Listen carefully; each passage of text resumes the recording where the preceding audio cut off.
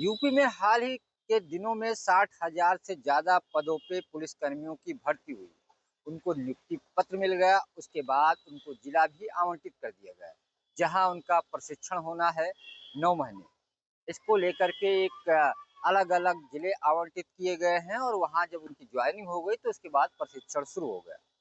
हालांकि इस बार खास ख्याल रखने का यूपी सरकार ने दावा किया था कि महिला अभ्यर्थियों को उस शहरों या उन जिलों को अलॉट किया जाएगा सेंटरों पे जहां सुविधाएं बेहतर हों, जैसे मेरठ, कानपुर, अ, गोरखपुर, सीतापुर जो नजदीक हैं और मुख्य शहर में जहां सारी सुविधाएं हैं।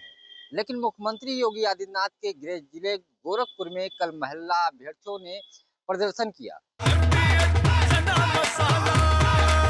अब छोलिया हो या लोबिया, सफेद चने या काले चने, सब कुछ मजेदार बने।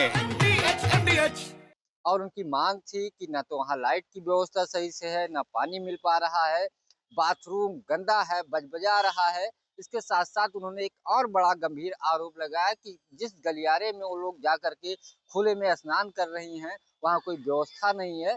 उस गलियारे में सीसीटीवी कैमरे भी लगे हुए हैं। जब वहाँ के जो प्रभारी हैं ट्रेनिंग सेंटर या पुलिस लाइन के, उनसे शिकायत किया तो उन्होंने अवगतता की। उसके बाद ये महिला अभ्यर्थी जो पुलिसकर्मी हैं, जो ट्रेनिंग जिनका चल रहा है, वो सड़क पे आकर के प्रोटेस्ट करने लगी। चूंकि करीब 600 जो नई पुलिस भर्ती हुई है महिला अभ्यर्थियों की, वहाँ ट्रेनिंग चल रही है, जिनको नियुक्ति पत्र हाल ही के दिनों में मिला था। उसके बाद बड़ा विवाद खड़ा हो गया। हालांकि इससे पहले भी 2 दिन पहले एक बड़ा विवाद सामने आया था, जब डीआईजी गोरखपुर जो पीटीसी के प्रधानाचार्य थे, पुलिस ट्रेनिंग सेंटर का जो स्कूल है, रोहित पी कनय, उन्होंने एक आदेश जारी किया था जिसमें महिला जो पुलिसकर्मी है जिनकी ट्रेनिंग चल रही है, उनका प्रेगनेंसी टेस्ट कराने की बात की थी और सीएमओ को चिट्ठी लिखा था। हालांकि वो विवाद की वजह से महिला जो पुलिसकर्मी है, जो ट्रेनिंग जिनकी चल रही है, वो नाराज हो गई और उसके बाद हालांकि आईजी ने इस आदेश को निरस्त कर दिया। लेकिन विवाद लगातार बढ़ता गया और उसके दूसरे दिन जो महिला पुलिसकर्मी है जिनका ट्रेनिंग चल रहा है, उन्होंने कई और सारे मुद्दे कि स्नान की सही से व्यवस्था नहीं है, खुले में करना पड़ रहा है, बाथरूम में गंदगी है, एक एक कमरे में 15 से 20-30 अभ्यर्थी जो ट्रेनिंग कर रही महिला पुलिसकर्मी वो रुक रही हैं, वहां से एक पंखा एक कूलर है, गर्मी भयंकर पड़ रही है और कोई उनकी सुन नहीं रहा है। जब इस प्रदर्शन को लेकर के वो सड़क पे आई तो मामला काफी हाईलाइट हुआ। अखिलेश यादव से लेकर के विपक्षी दलों के कई सारे नेताओं ने ट्वीट किया, जिसमें संजय सिंह आम आदमी पार्टी के शामिल हैं और चंद्रशेखर रावण ने भी ट्वीट करके इस मुद्दे को उठाया। चूंकि लोकसभा सच चल रहा है, इस नाते जब दिल्ली में बयान दिया गया तो पूरे देश में इसको लेकर के सरकार की किरकिरी होने लगी।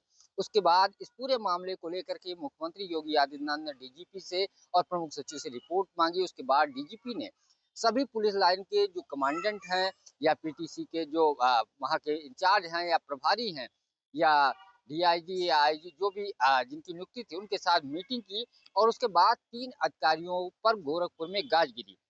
पहले अधिकारी आनंद कुमार हैं जो 26वीं वाहिनी बटालियन के पीएससी के कमांडेंट थे, उनको निलंबित कर दिया गया।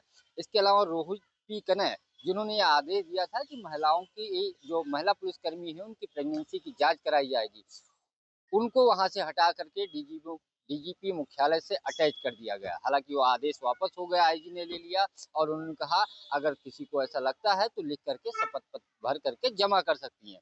यही नहीं, इसके अलावा आरटीसी के प्रभारी संजय राय को भी सस्पेंड कर दिया गया। उसके बाद वहाँ के जो एडिशनल एसपी थे पीटीसी गोरखपुर अनिल कुमार को बनाया गया है। इसके अलावा एक महिला एडिशनल एसपी रैंक की अधिकारी को पुलिस ट्रेनिंग सेंटर का प्रभारी बनाया गया है।